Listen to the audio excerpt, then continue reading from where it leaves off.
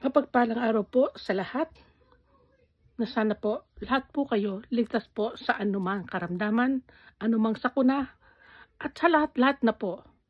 At lagi po tayong pray to God at laging ang pagsampang po natin kay God, taos po sa puso natin. Ito po ako, si Salema Fanarik. At magbibigay po ng konting balita sa nangyari po sa akin na sakuna noong pong March 25th. Lunes po yun. At ready po ako sa pagpasok sa trabaho at kinabukasan po, pupunta na po kami ng Pilipinas para magbakasyon. Ready na po ang lahat. Lahat po ready na. Noong pong Lunes na yon, ihatid po ako ng mister ko sa trabaho. Dahil magtrabaho po ako ng Lunes at Martes pa at aawas po ako ng maaga ng Martes para naman po makapag-ready na pagpunta ng Pilipinas, pagbabakasyon po.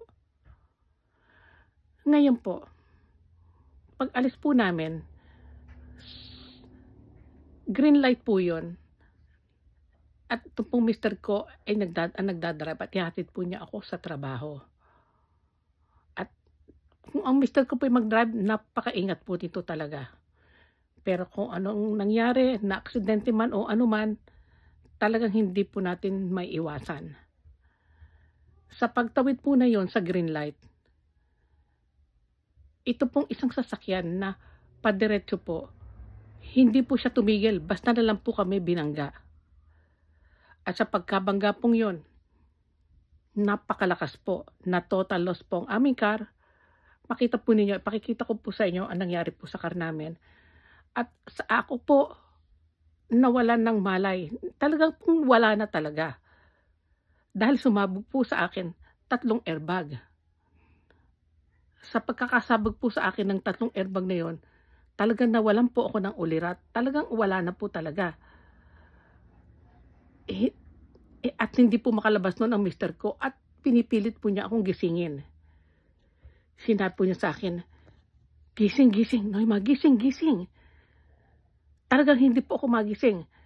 Pero sa awa po ng Panginoon Diyos, talagang hindi ko pa po oras nung panahong yon, nagising po ako.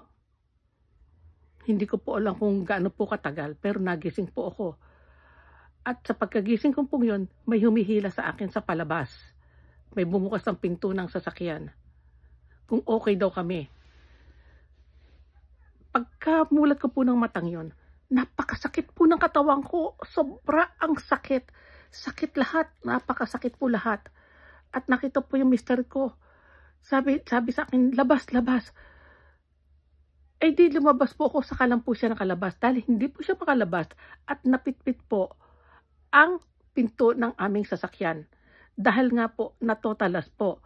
Low total loss, yung left side pitpit po, pati yung unahan na pitpit din. Talagang totoo po ang pangyayari. Pag pala ang tao, talagang namatay na, wala na po talagang ulirat.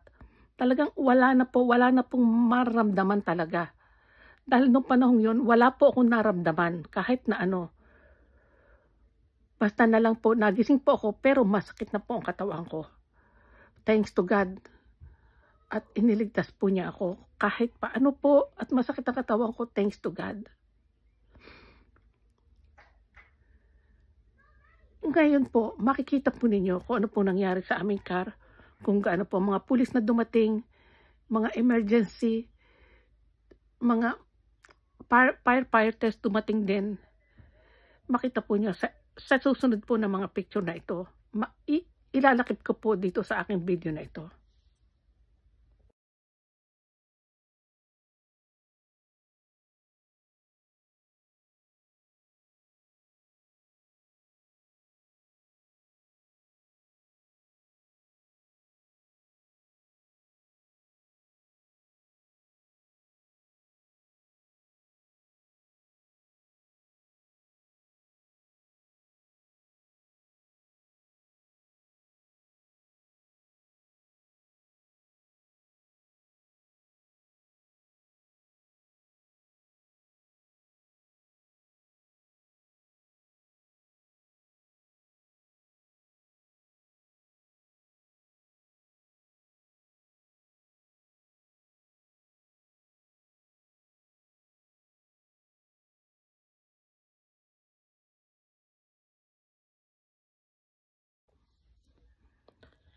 Nakita po ninyo kung paano po napitpit po ang aming car.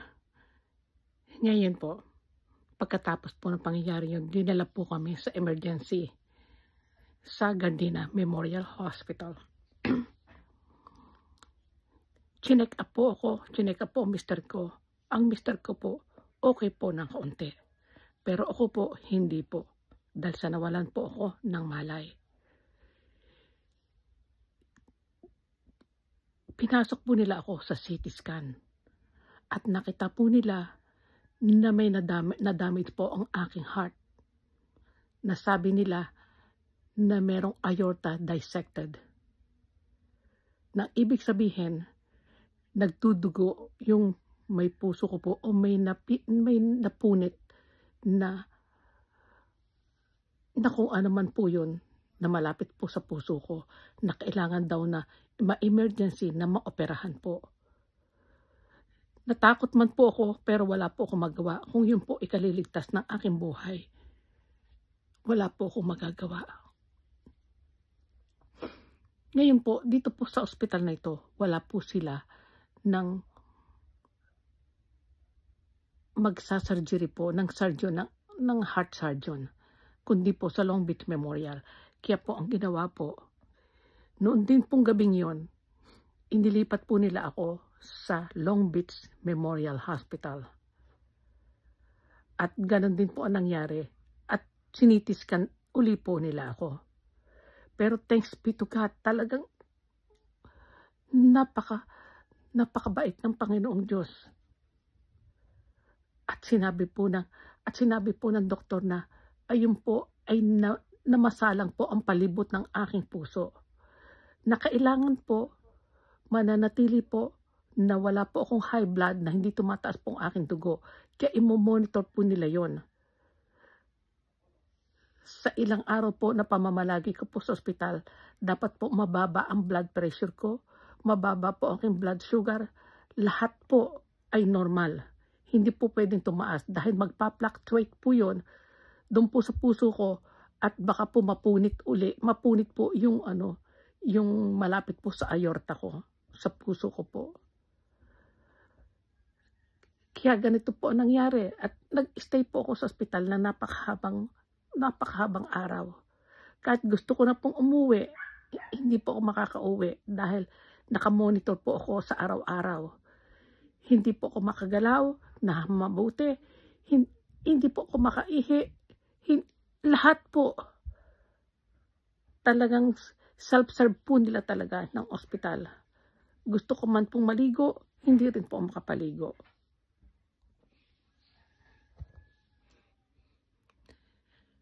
Grabe po ang pinagtiis ko po sa ospital.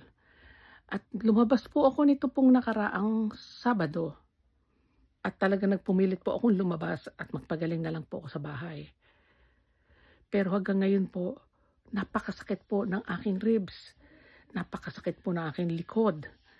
At hanggang ngayon po, tinetherapy po kami. Ako po, tinetherapy din po ako. Ganun din po ang aking mister. Tinetherapy din po siya.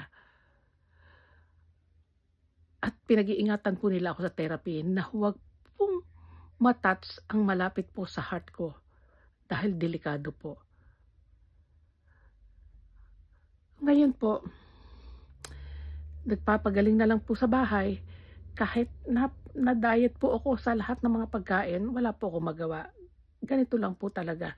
Basta ang akin po, pasalamat ko po sa Panginoong may kapal, sa Panginoong Diyos, na ako po ay iniligtas sa sakuna pong ito. Talaga po, malaki pang pasalamat ko sa Panginoong Diyos. At ngayon po, ay binigyan po niya ako ng pangalawang buhay.